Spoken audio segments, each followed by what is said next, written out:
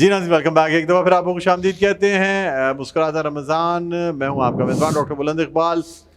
Celebrity segment है। एक तरफ तो हमारे साथ हनीफ गौर साहब मौजूद हैं, चेयरमैन एयर कराची, साबिक चेयरमैन आबाद और UBG के जनरल सेक्रेटरी। इसके अलावा हमारे साथ डॉक्टर ज़ुबैर मिर्ज़ा मौजूद हैं और साथ साथ अभी हमें ज्वाइन किया एक बहुत अच्छी सी आर्टिस्ट हैं जो कि मॉडल हैं, अलीना अंसार हमारे साथ मौजूद है। अस्सलाम वालेकुम। कैसे खुशामदीद कहते हैं आपको। खैरियत से? आप ठीक हैं? फर्स्ट क्लास हैं? ठीक। आप क्या हो रहा है, कैसे चल रहे हैं प्रोजेक्ट्स, क्या चल रहा है, ज़रा बताइएगा। मैंने एक फ़िल्म बनाई है, प्रोड्यूस किया है। मैंने खुद का प्रोडक्शन हाउस खोला है अलीना फिल्म्स प्रोडक्शन के नाम से। तो वो फिल्म इंशाल्लाह ईद या बकरा ईद पे भी हो सकती है। तो मैंने इससे पहले ताकत भी प्रोड्यूस करी थी, लिखी भी खुद ही थी। मैं एज अ राइटर भी काम करती हूँ। काजल, अच्छा, नाम क्या पता है? काजल, रिवेंज। रिवेंज। काजल कोई फिल्म नहीं है, रिवेंज। अच्छा, रिवेंज। उससे पहले बनाई थी ताकत। अच्छा जी, तो उसको अवार्ड भी मिला and I have 5 awards already. और इंशाल्लाह अभी मैं एक फ़िल्म बना रही हूँ क्वीन ऑफ कराची के नाम से। तो वो ड्रग्स डीलिंग एंड ऑल सारी चीज़ें। तो मैं बेसिकली असैसिनेशन एंड यही फिल्म्स बनाती हूँ वुमेन एम्पावरमेंट के ऊपर। मैं रोना धोना और ये सब दिखाने के बिल्कुल कायल में नहीं हूँ।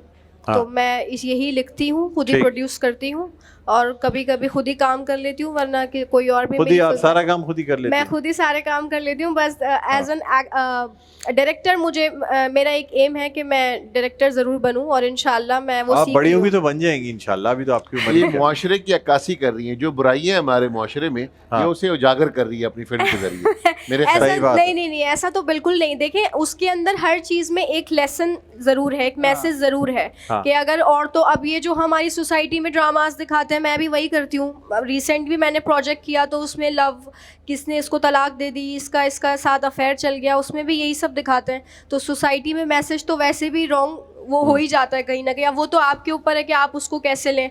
अब मैंने अगर एक फ़िल्म बनाई तो उसमें जो उसका क्लाइमेक्स है उसमें एक ज़रूर एक मैसेज है, तो उसके लिए तो पूरी फिल्म देखनी पड़ेगी।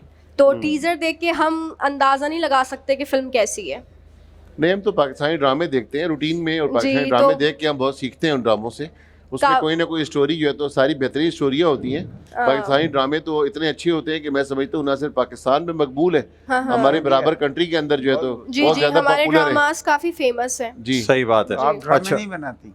ड्रामास में ही तो काम करती ड्रामाज में काम करते हैं। ड्रामाज, फिल्म बनाती हूँ? Film, short film. फिल्म मैं खुद बनाती हूँ एज ए प्रोड्यूसर राइटर। वैसे और वैसे मैं वैसे- काम करती हूँ प्रोडक्शन हाउस। अच्छा। आप समझ रहे हैं कि फीचर फिल्म जो होती है वो बड़ी वाली? हाँ, मैं समझ गया। नहीं, आजकल सिर्फ शॉर्ट फिल्म्स का जमाना शॉर्ट है। फिल्म का हाँ, जमाना। वो आजकल शॉर्ट फिल्म्स बनती हैं। नहीं सर, क्वीन ऑफ और- कराची इंशाल्लाह फीचर फिल्म ही होगी। फीचर फिल्म होगी, जी, वो भी आप बना रही हैं? एक घंटे की? रिवेंज में 1 घंटा 40 मिनट। 1 घंटा 40 मिनट फुल की? लेंथ होगी। चले माशाल्लाह, ये तो बड़ी बात है। सर मैं आपके साथ ही तो बचपन में होती थी ना। आप टीवी पे अमजद शाह का ट्रांसमिशन करते जी, थे। जी, मैं जी, मैं उधर रोशन तारा होस्ट करती थी। तो मैंने तो स्टार्ट किया था जब मैं देखिए, 4-5 साल तो आप की तो थी। बहुत छोटी सी होंगी। मैं तो जी। उस वक्त भी इतना ही बड़ा था। जी, अभी थोड़े ज़्यादा बड़े हो गए। हाँ, मैं बेसिकली मैं रोशनी प्रोग्राम इफ्तार ट्रांसमिशन भी होस्ट करता था। जी, तो मैंने 2004-5 की बात है सर, 20 साल अक्सर हम उधर ही 20-21 साल पहले की बात होगी। तो पाकिस्तान ये तो टेलीविजन 20 साल की, तो 19 साल की आप है, तो ये कहाँ पे पैदा हुई थी फिर उससे? ये उस वक्त बिल्कुल पैदा हुई थी, माँ बाप ले आए मैं थे। 4-5 साल की थी। नहीं, मैं जब 2005 से मैं करता रहा हूँ, फिर 2015 में मैंने लास्ट किया है।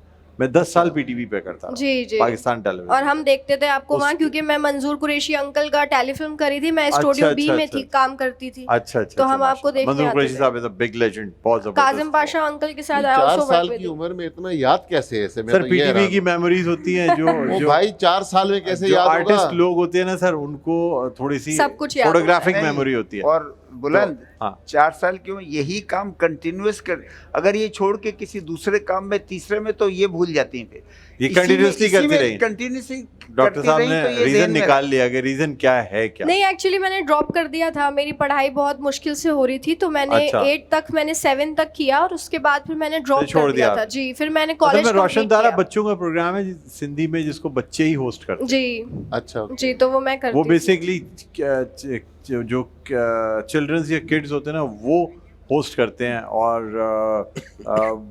वो होस्ट करते हुए फिर वहाँ से आगे वो बेसिकली पहला प्रोग्राम होता है अच्छा। बच्चों का, जो बच्चे जाते हैं होस्ट ओके, करने। रोशन तारा कराची तो अभी आपकी एजुकेशन कंप्लीट हो गई फिर? मैंने 12th तक किया और उसके बाद लेट्स सी अभी 2 इंटर महीने किया इन्होंने, लेकिन जी। अभी आगे फिर मजीद चले, अच्छी आगे, बात जी। है। एजुकेशन जरूरी है, वो कंप्लीट एजुकेशन जी, पहले जी, क्या जरूरी कंप्लीट है। करें, हाँ, ये चीज़ें तो exactly। चलती रहेंगी, बिल्कुल। बिल्कुल। अच्छा, आप थोड़ा सा हनीफा आपकी तरफ आते हैं, मुझे बताइएगा कि एयर कराची की जो आपने बात की, अब आपने कहा कि जी लीज़ आप करने जा रहे हैं।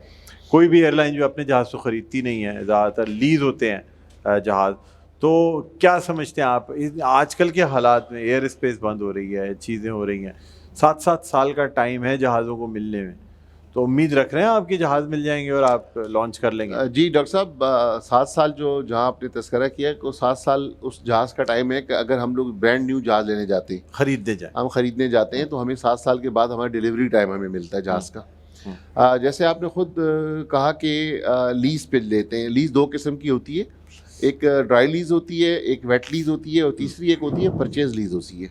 ठीक। तो क्योंकि हम स्टार्टअप हैं, इस वजह से हमें पहले ड्राई लीज़ चाहिए या परचेज़ लीज़ चाहिए हमें। वेट लीज़ के ऊपर क्योंकि सिमुलेशन अभी हमारी AOC इशू नहीं हुई, क्योंकि ऑपरेशन स्टार्ट नहीं हुआ, इस वजह से हम वेट लीज़ के ऊपर जहाज़ नहीं लेके आ सकते। वेट लीज़ के ऊपर जहाज़ हर वक्त अवेलेबल है और आज भी अवेलेबल है, ठीक है। लेकिन वो CA जो है तो उसको रजिस्टर्ड नहीं करता एज अ एयरलाइन। फ़र्क क्या होता है वेट लीज़ और ड्राई लीज़ में? वेट लीज़ में ये होता है कि आपका सारा क्रू जो है तो जहाज़ विदाउट ब्रांडिंग आपके पास आता है, और आपका सारा क्रू तकरीबन, उनके पायलट्स भी उनके होते हैं, बाकी क्रू भी होता है, एक क्रू आपका नॉर्मल होता है, सब कुछ उनका होता है? सब कुछ उनका और होता dry है। वो lease पर का- आवर के हिसाब से आप उनसे करके लेकर अच्छा, आते हैं अच्छा, कि आपने इतने आवर उड़ाना है और इतने पैसे आपने देने हैं। जैसे टर्किश ने एक ज़माने में यहाँ पर भी आप देखते होंगे अक्सर कि अक्सर होता है। अगर आप किसी इस्लामाबाद जाए तो आपको वाइट जहाज़ आपके पास खड़ा होता है, आपने टिकट लिया जी, होगा जी। फ्लाई जना का या एयर सियाल का या एयर ब्लू का, लेकिन आप जब जाते हैं तो आपको एक जहाज वाइट दूसरा जहाज खड़ा खड़ा होता है। तो हाँ। वाइट जहाज जो है तो वो समझे वेट लीज पर आया हुआ है आपके। और अच्छा। अंदर भी जब आप एंटर होते हैं तो आपको फॉरनर क्रू मिलते हैं फॉरनर अंदर। क्रू मिलता है, हाँ। तो वो वाला वेट लीज का जहाज होता है। ठीक, आप ड्राई लीज पे लेना चाह रहे हैं? हम ड्राई लीज पे ले रहे हैं तो और सिर्फ अब जहाज हमारी आपको purchase दे lease दें, पे बाकी ले रहे हैं। चीज़ें आप खुद बिल्कुल, हम बाकी चीज़ें हम 100% तकरीबन 95% हम कंप्लीशन पर है। हमारे ऑपरेशन के नज़दीक है, हम एयरपोर्ट पे हमारा ऑफिस ऑपरेशन का खुल चुका है। तमाम जितने इससे रिलेटेड इंजीनियर्स हैं, जितने लोग हैं, वो सब हम हायर कर चुके हैं। और हमारी बात अब हो रही है परचेज लीज के ऊपर भी, कि हम इंशाल्लाह ताला पाकिस्तानी बैंकों को इन्वॉल्व करके, ताकि जो ये बिज़नेस है, जो एविएशन का बिज़नेस है, वो पाकिस्तान को उसकी अर्निंग इतनी ज़्यादा नहीं हो रही जितनी अर्निंग होनी चाहिए। जी। तो हमने अभी कायल किया, कुछ पाकिस्तान के प्रेसिडेंट से मिले, बैंकों से, बैंक के प्रेसिडेंट से हम मिले, उन्होंने कहा है कि बिल्कुल आपका मॉडल ठीक है।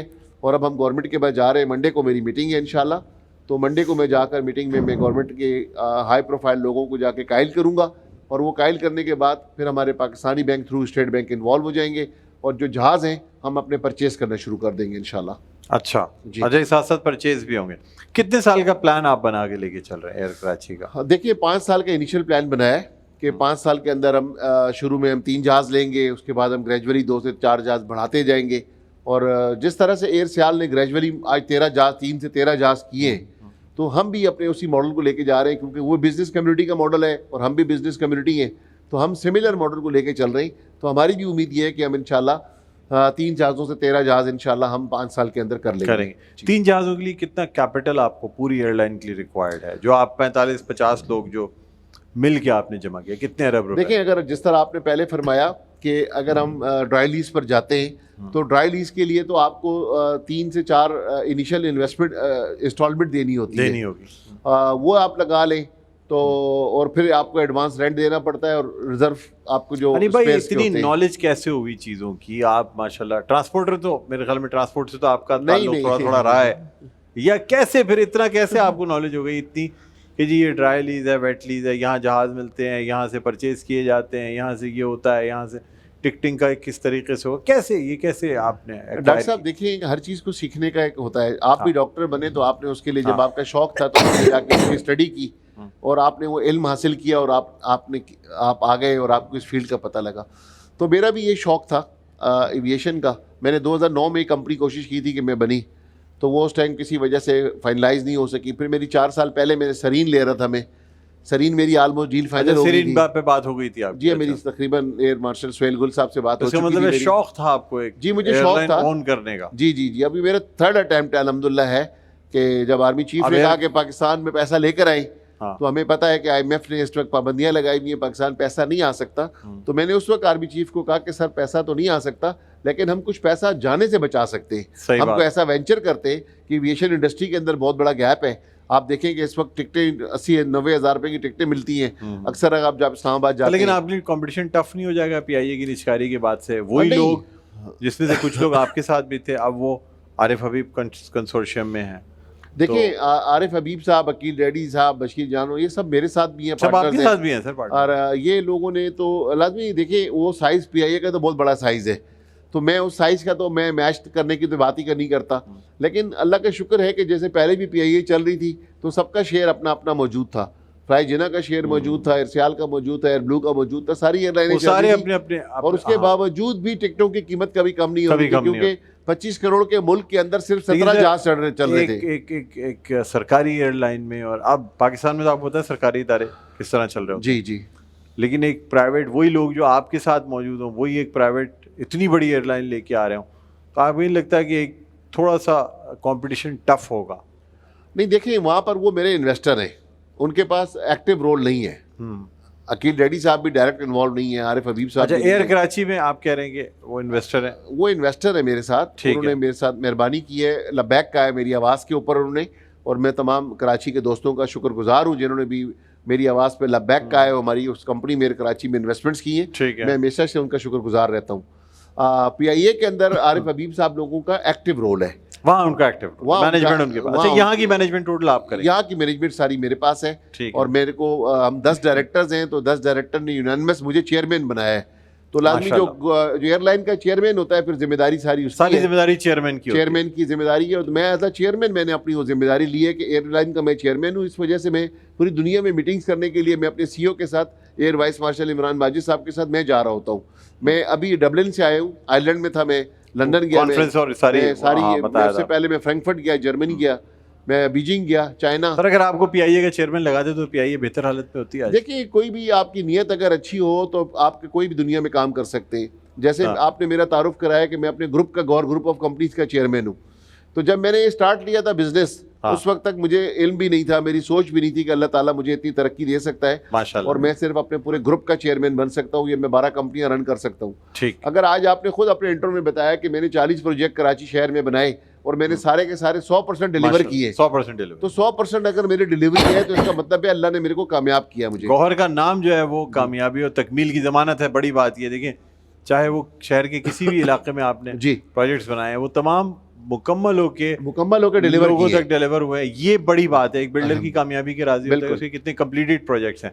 चलें, खैर मजीद आपसे गुफ्तगू करेंगे सर, जी, एक वक्फा प्लीज। लेना है। जी वक्फे के बाद दोबारा आएंगे तो जरूर। छोटे नन्हे मुन्ने बच्चे हमारे साथ होंगे। जी जी जी। मेरा पहला रोज़ा सेगमेंट है। एक वक्फे के बाद आज आपकी खिदमत में हाजिर होते हैं। देखते रहिए हमारा ये खुसूसी प्रोग्राम या खुसूसी ट्रांसमिशन मुस्कुराता रमज़ान डॉक्टर बुलंद इकबाल के साथ।